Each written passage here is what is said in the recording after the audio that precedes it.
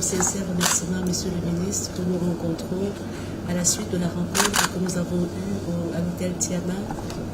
au cours de laquelle le point a été fait au groupe africain sur le processus de réconciliation en Côte d'Ivoire. Nous avons eu le privilège de recevoir de Monsieur le ministre des explications complémentaires sur justement ce processus où il nous a de nouveau rappelé la création du ministère, la politique gouvernementale de la réconciliation nationale qui est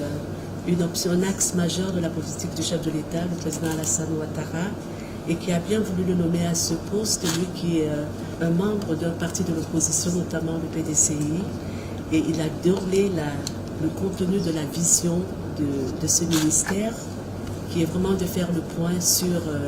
la réconciliation, de dépasser les considérations individuelles, les ressentiments liés de la crise des années 2010-2011 pour regarder à l'intérêt national. Et nous nous sommes réjouis de ce que c'est une expérience qui peut être bénéfique à l'ensemble de l'Afrique, pas seulement à la Côte d'Ivoire. Et évidemment, on a quand même fait le point sur la coopération entre les deux pays, la fraternité, les liens de fraternité entre les deux pays et les défis communs qu'ils partagent. Le Cameroun apporte d'abord son soutien indéfectible parce que le Cameroun est très attaché à la Côte d'Ivoire, donc un problème qui affecte la Côte d'Ivoire affecte nécessairement le Cameroun. Donc le Cameroun soutient entièrement le processus de réconciliation,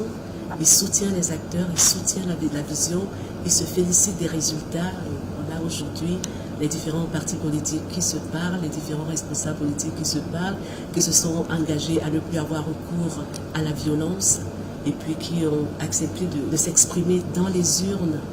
et puis qui fraternisent, qui se fréquentent, qui discutent ensemble des questions qui concernent l'intérêt général, la modernisation, le développement de la Côte d'Ivoire.